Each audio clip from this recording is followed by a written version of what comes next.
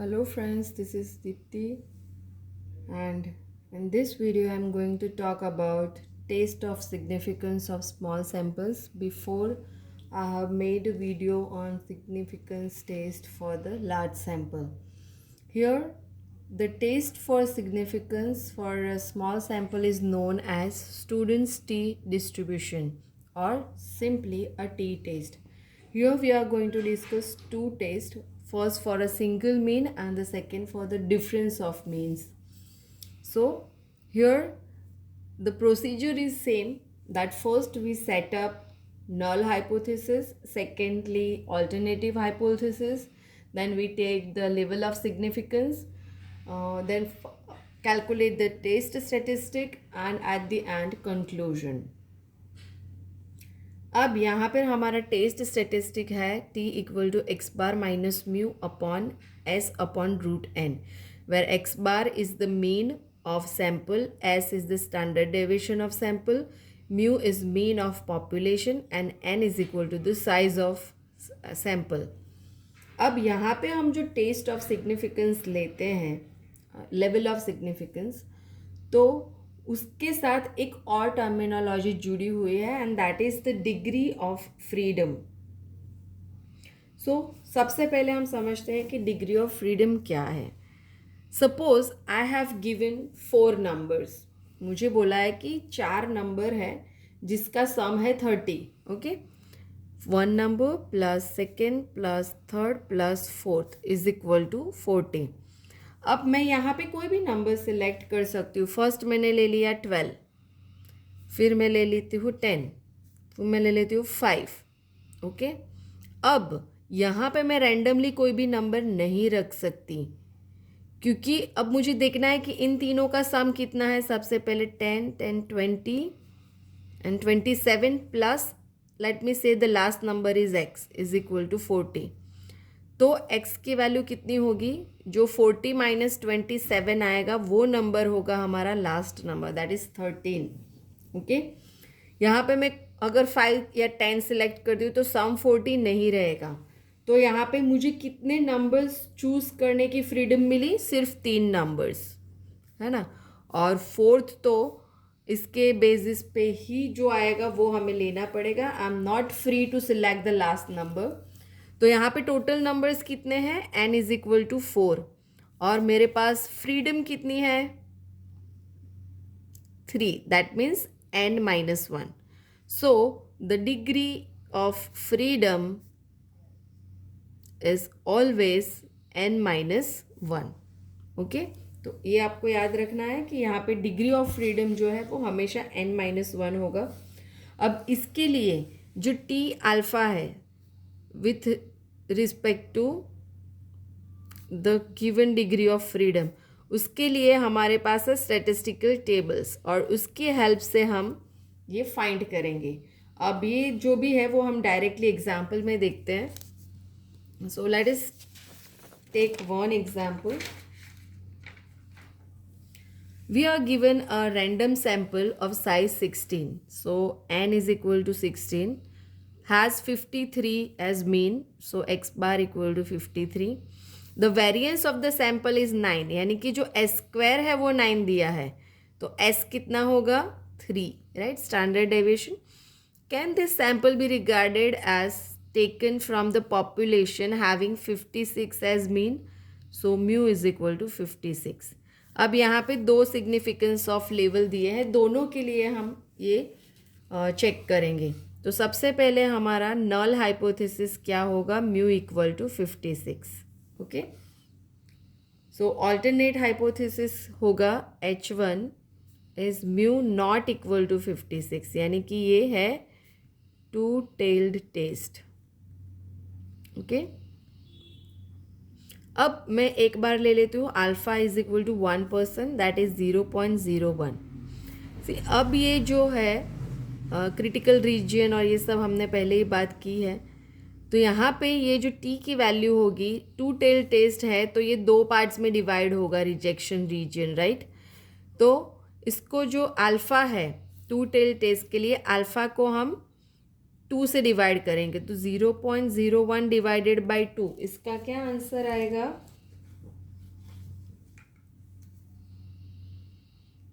0.01 divided by 2 is equal to 0.005.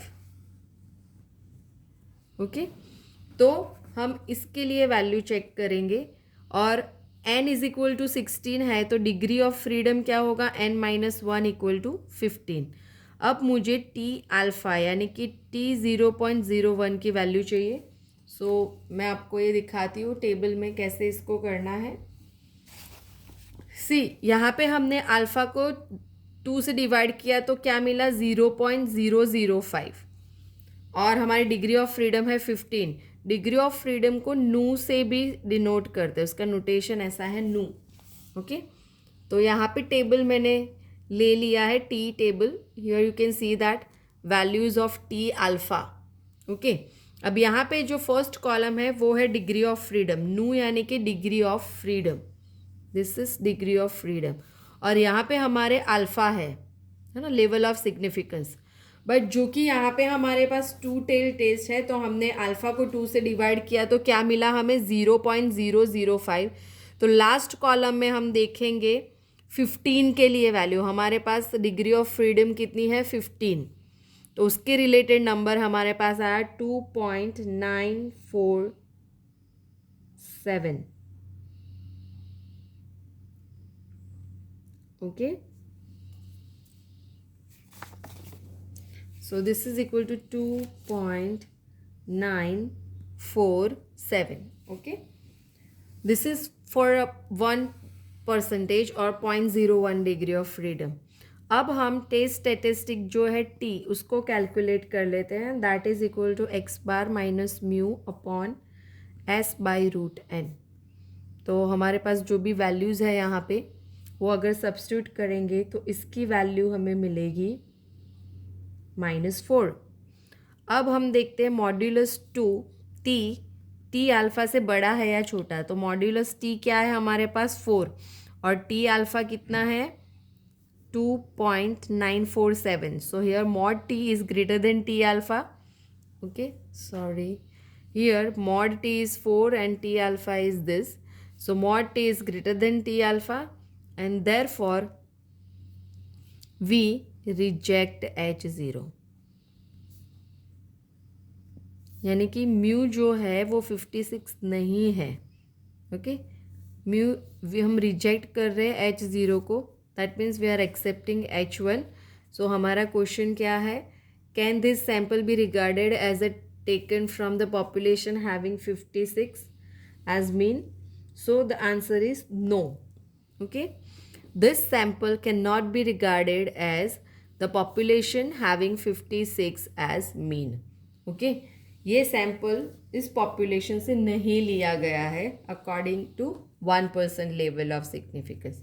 अब same हम 5% level of significance से भी चेक करते हैं.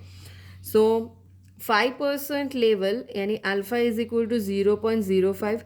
अगेन यहाँ पे 2 टेल टेस्ट है तो हम इसको डिवाइड करेंगे 2 से तो ये हो जाएगा 0.025. तो हम देखते हैं 15 degree of freedom. Here you can see that 15 degree of freedom and 0.025 is this. So it is 2.131. Okay, it is 2.131. So T 0.05 is 2.131. So again mod T is equal to 4 which is greater than T 0.05. So we reject h0. So again अगर हमारा 5% level of significance है तो भी ये जो sample है वो इस पॉपुलेशन का नहीं है जिसकी मीन 56 है. ओके,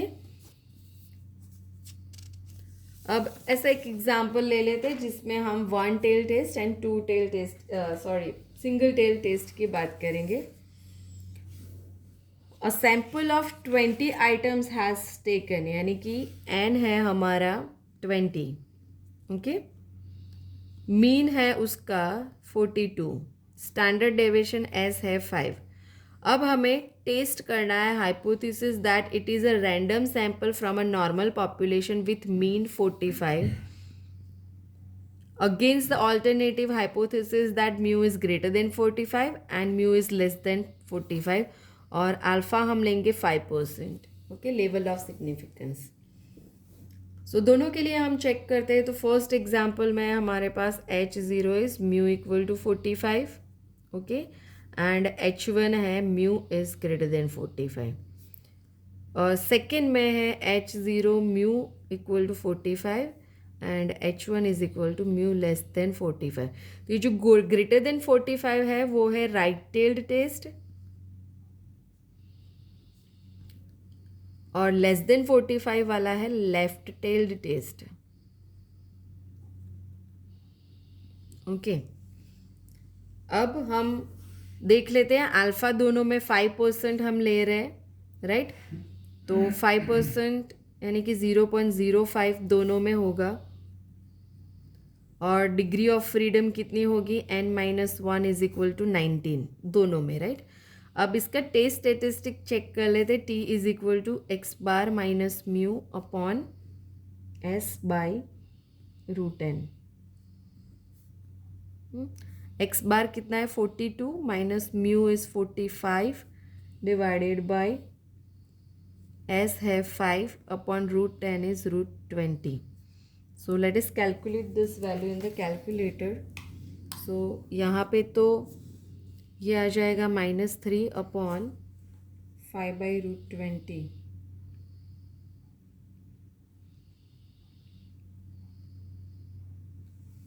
सो दिस इज 1.1180 और इसको हम कैलकुलेट कर लेते हैं. 3 डिवाइडेड बाई 1.1180.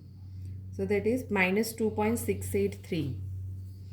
-2.683 है ना. अब मॉड टी की वैल्यू है 2.683. अब ले लेते हैं हम t 0.05 सॉरी, उसकी वैल्यू क्या होगी? तो अब यहाँ पे दोनों में since we are having the one tail test, यहाँ पे हमें डिवाइड बाई 2 करने की ज़रूरत नहीं है क्योंकि जो एरिया है वो सिंगल साइड पे ही होगा, या तो वो राइट साइड पे होगा या तो लेफ्ट साइड पे ऊपर होगा. तो डायरेक्टली हम अपने टेबल में 0.05 के लिए डिग्री ऑफ फ्रीडम 19 देखेंगे. Degree of freedom is 19 here और 0.05 ये है 1.729. ये 0.05 है 1.729. तो यहाँ पे दोनों केसेस में ये ग्रेटर देन 0.05 है. So we reject H0. दोनों केस में रिजेक्ट होगा.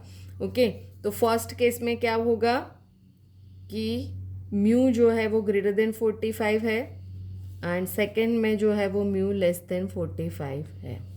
ओके, सो ये जो सैंपल है वो इसका नहीं है, या तो फिर ये ऐसा सैंपल, ऐसा पॉपुलेशन का सैंपल है जिसकी मीन ग्रेटर देन 45 है और यहाँ पर ये लेस देन 45 है. Okay, so this way you can calculate the test of significance for single mean. और अब टी टेस्ट में दूसरा है test for difference of means for 2 samples, small samples. तो यहाँ पे हमारा नल हाइपोथेसिस होगा μ1 इक्वल टू μ2. ऑल्टरनेट हाइपोथेसिस होगा μ1 not equal to μ2, μ1 is greater than μ2, या तो फिर μ1 is less than μ2. Okay, t क्या होगा? x1 bar minus x2 bar upon s square root 1 upon n1 plus n2 with degree of freedom. यहाँ पे 2 samples हैं तो उसकी डिग्री ऑफ फ्रीडम क्या होगी? n1 plus n2 minus 2. और ये जो s है तो हमारे पास एक सैंपल का वेरिएंस है s1, दूसरे सैंपल का वेरिएंस है s2. तो जो कंबाइंड वेरिएंस होगा, कंबाइंड स्टैंडर्ड डेविएशन होगा, वो ये है n1 s1 square plus n2 s2 square upon n1 plus n2 minus 2. Okay, अब इसका एग्जाम्पल है, हम देख लेते हैं.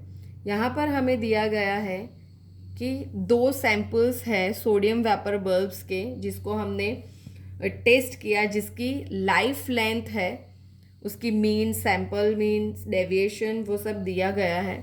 तो टाइप 1 में 8 बल्ब्स लिए और उसके सैम्पल मीन मिली 1 2 3 4 आवर्स और स्टैंडर्ड डेविएशन 36। तो ये है N1, X1 bar and S1। दूसरा है टाइप 2 जिसमें N2 है 7, मीन है उसकी 1036 एंड स्टैंडर्ड डेविएशन है 40। हमें ये चेक करना है, is the difference in the means significant to generalize that type 1 is superior to type 2 regarding length of life. यानी कि टाइप 1 की जो लाइफ लेंथ है वो ज़्यादा है 2 से, वो चेक करना है। सो यहाँ पे हमारा H0 क्या होगा, μ1 इक्वल टू μ2 और H1 क्या होगा, तो वो एक क्वेश्चन में ही छुपा है। H1 क्या है, क्या टाइप 1 सुपीरियर है, यानी कि μ1 इज ग्रेटर देन μ2, राइट। तो ये हो गया one tail test and specially it is right tail test. Okay, so this is a right tailed test. अब यहाँ पर हमें फाइंड करना है S, क्योंकि हमारी फॉर्मूला क्या है, T equal to x1 bar minus x2 bar upon S square root 1 upon N1 plus N2 और S की फॉर्मूला ये है। अब हमारे पास सारी वैल्यूज़ है यहाँ पे, तो इसको सब्स्टिट्यूट करके यहाँ पर हम ये कैलकुलेट करेंगे तो हमें S की वैल्यू मिलेगी